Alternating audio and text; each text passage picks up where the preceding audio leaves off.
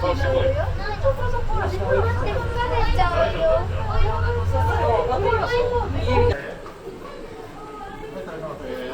い、いってらっしゃいませ。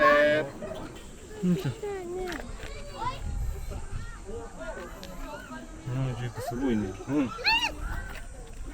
おさる。ジョージのお友達。少ないか。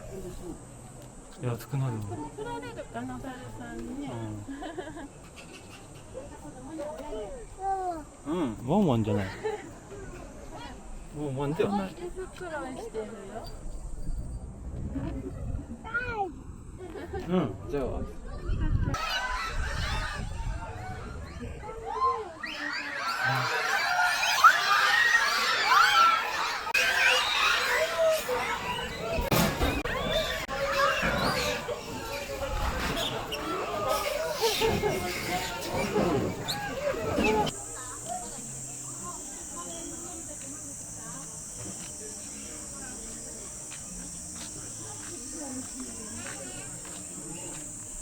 10メートルぐらい登ったところの木の上で寝てますよね。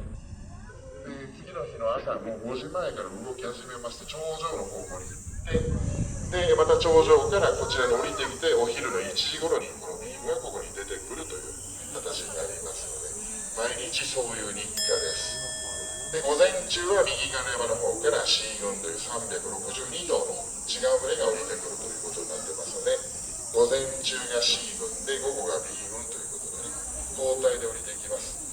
で、そう、あ、本当だね。あ、でも2019年で4歳なのが6歳になってる。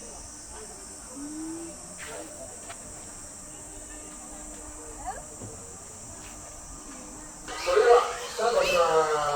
ご覧ください。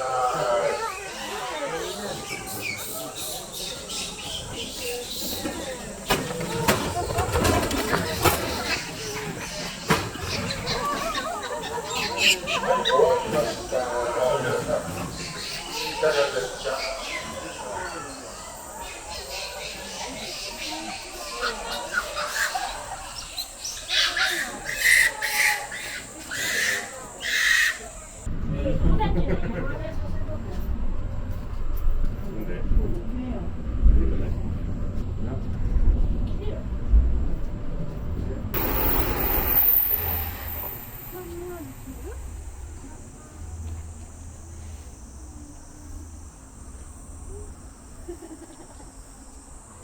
できました。